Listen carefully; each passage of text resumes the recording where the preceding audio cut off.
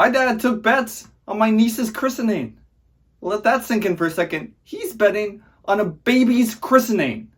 Because like the old saying goes, there's no casino like a church. I think when you start taking bets on religious ceremonies, it's time to seek reflection. I tell him to see a priest, but he told me that was tampering. Now you may be saying to yourself, how do you bet on a christening? And that's because you're not a degenerate. He was taking bets on whether or not the baby would cry. My sister's getting her baby ready in an all-white gown, and I look out, my dad's waving around a fistful of singles, taking bets like a bookie in an 80s movie when a fight breaks out. You should never be looking at a baby and be trying to figure out odds. It should never be a conversation like, oh, she's 1 month old, so I'll give you 2 to 1 on crying and 3 to 1 on a changed diaper. There are people that run cockfights that would be like, this is immoral. And the only thing that's more deplorable than actually betting on a child's christening is rigging a child's christening. Which is why he spent the entire service flicking rubber bands at her. You've never seen someone root harder for a priest to drop a baby. But that's child's play.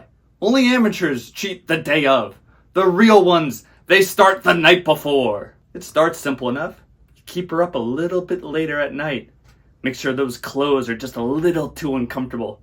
Siphon off a little milk so she's hungry during the ceremony. You also never want to hear things like, no, that wasn't a legal cry. She cried after the ceremony. You could have bet on that, but that's a separate bet altogether. It's like Uncut Gems, but for the Oshkosh Bagosh crowd. I know this sounds terrible, but he said, if I lock in now, I get really good odds on her first birthday. And only an idiot wouldn't take that bet. She's 1 year old. It's a sure thing.